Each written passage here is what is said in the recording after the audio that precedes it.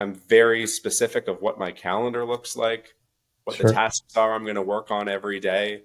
Just like I schedule time for myself to work on business areas of my business, I schedule time for me to get out and do those things. I make sure that I'm personally making sure that I'm not just focused on growing my business, but that I'm growing myself personally, that I'm spending time with my wife, spending time with my kids, and Yep. I treat all of those with equal importance. All right, Brandon, welcome to the show. Thank you. I'm excited to be here. Thanks for having me.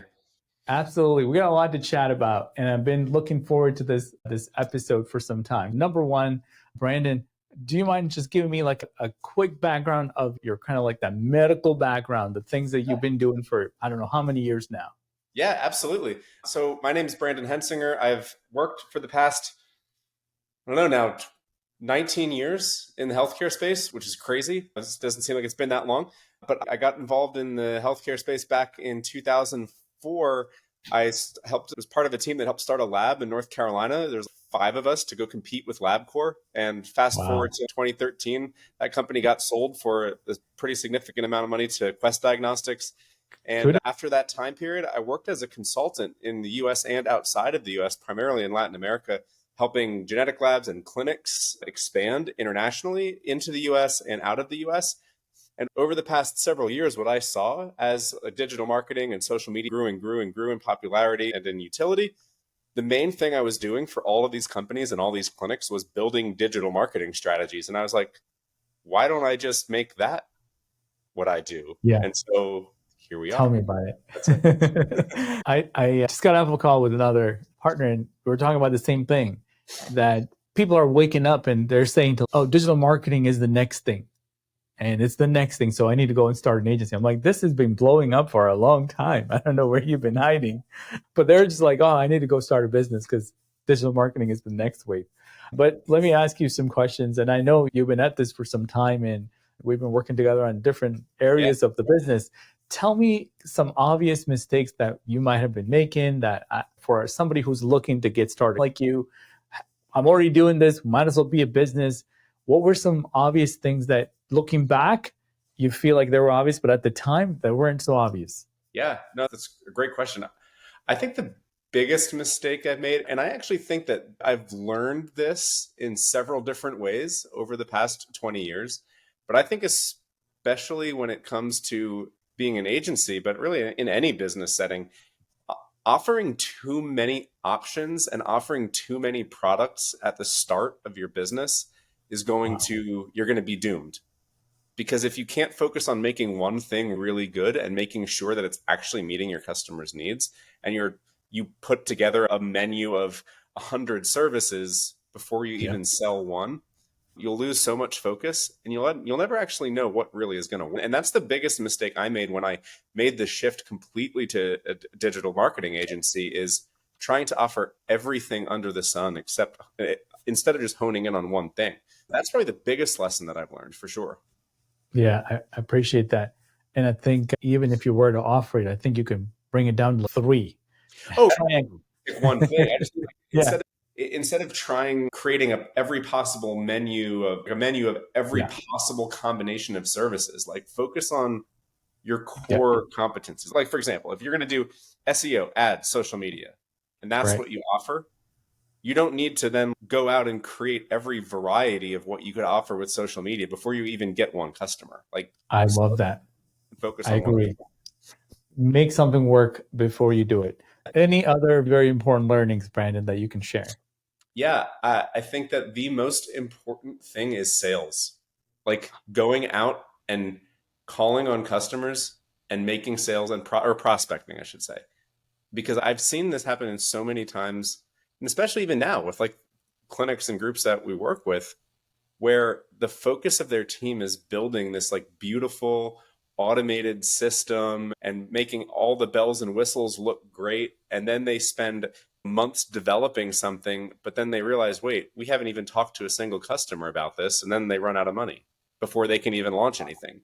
And so I think that and I've learned that myself too. Like I can so often find myself getting caught up in the building that I forget, like, I just need to go out and talk to customers, because without the customers, without the cash flow, you're not going to be able to stay in business. So why waste time building a business if you're not actually doing something that's going to keep you in business? So prospecting and sales should always come first. That's something I've also learned.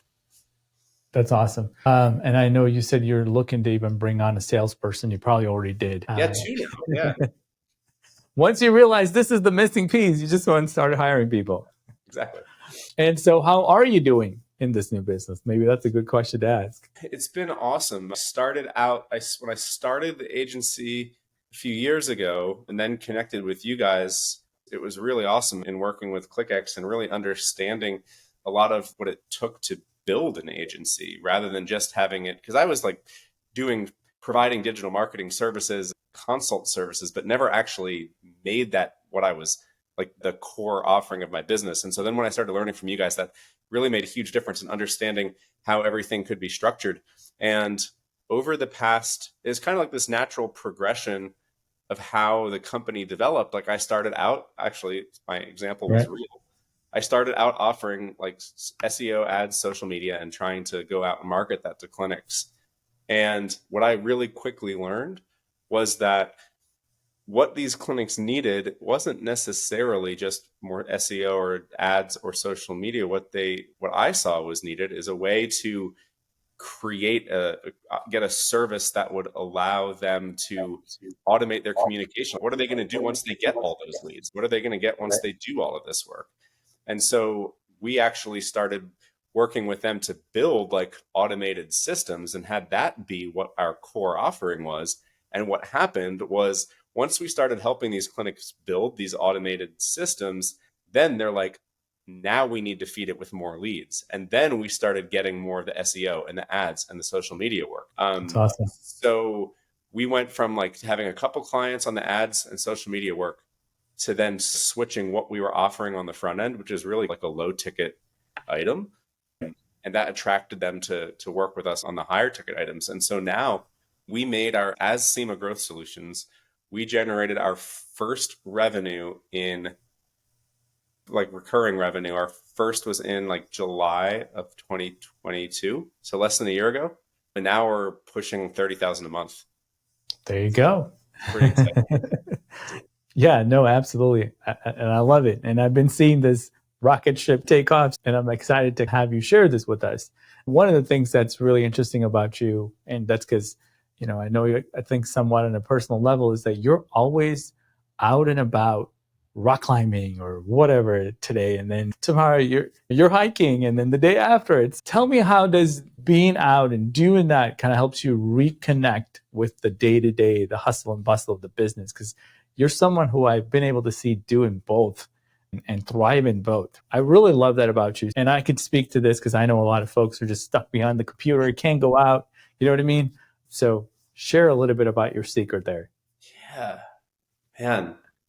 This is like off the cuff thinking because I haven't. It's not a prepared answer. It's all right. I don't. It's not a prepared question either. I don't know. No, I think I don't know.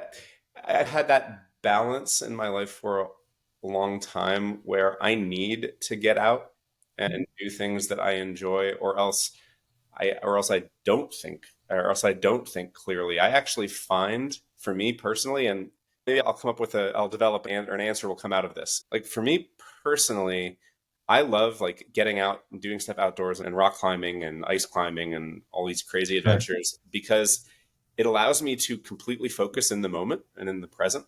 And I can't think about anything else because I have to be engaged with what I'm doing. And when I'm in that moment, it gives me such like clarity. And I often have most of ideas of what I do with the company or whatever it is, like during those moments where I can be present and not be really distracted. But I think the ability to get out and do that stuff is because just like I'm training like these clinics to systematize and automate what they're doing, as an entrepreneur, I do that with my own life as well. Like I'm very specific of what my calendar looks like, what the tasks are I'm going to work on every day. Just like I schedule time for myself to work on business areas of my business, I schedule time for me to get out and do those things. I make sure that I'm personally making sure that I'm not just focused on growing my business, but that I'm growing myself personally, that I'm spending time with my wife, spending time with my kids, And Yep. I treat all of those with equal importance. So just like I'd schedule business stuff, I schedule those things. And so while it may look like if it's on social media, it may look like, oh, these are spontaneous moments. It's actually every single ounce of my life is very meticulously planned so that I can do all of these different things that I want to do. So I Wow. think it's all very planned. And actually, Salman, I saw your post on TikTok about using Motion, that app, Mhm. the Motion app, the AI personal assistant. That's been a game changer for me. I've been using that for a few months now, and that's helped me get out and do even more that I want to do. So it's great. So I don't know if Wow. it's like a off the cuff That's awesome. was Yeah. helpful. I guess like my last question I would ask is what piece of advice would you give to an entrepreneur who's struggling to balance both? I think especially when you're starting that business, you're trying to grind it out, you don't see any success, you're not getting any traction, so you stop going out or you stop doing some of those things because you're just trying to figure out what's my Yeah, next thing that's going to work.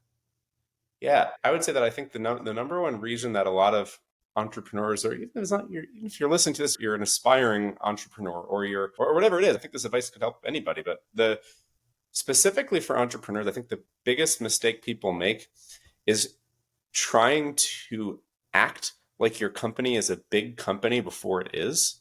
And it causes you to get so distracted. So if you're just getting started, make everything you do be about getting customers. Like, think all I'm going to do is get 10 customers before I try to build Right. in all of these automations, before I try to make these huge org charts and marketing Sure. plans and business plans. Like, focus on getting the customers and try to enjoy that process.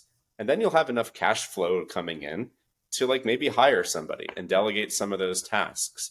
I just think you don't want to do work that you don't need to be doing yet, and just focus on the things that are going to help you get more customers when you start. I think that's most important. And yeah, and just try to focus on the things that are going to have the biggest impact on your business.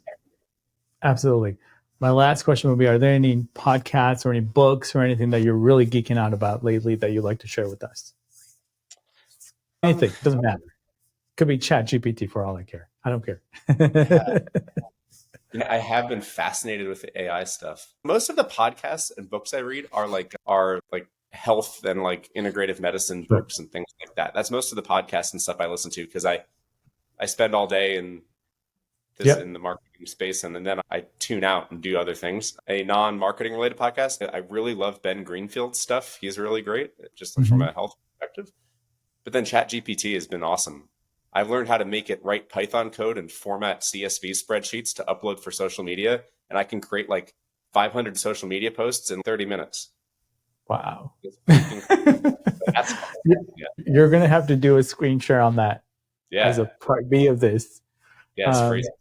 any other parting wisdom you like to leave with us? No, I just really feel like that's the kind of the consistent message is just if you're just getting started, focus on going out and getting the customers. Focus on Yeah. prospecting and focus on sales. Because if you try to focus on building like the perfect system and you're not Yeah. selling, what's going to happen is you're going to build the perfect system that's perfect in your mind. And then you're going to Yeah. present it to a customer and they're like, that's actually not what I need. And then you'll Yeah. realize that you built a system that nobody needs. So go out and focus on the prospects and the customers, and then that'll help you actually figure out what to build. So that's my advice. That was awesome, Brandon. Thank you so much for joining us. Thanks for having me. This is great. I really enjoyed it.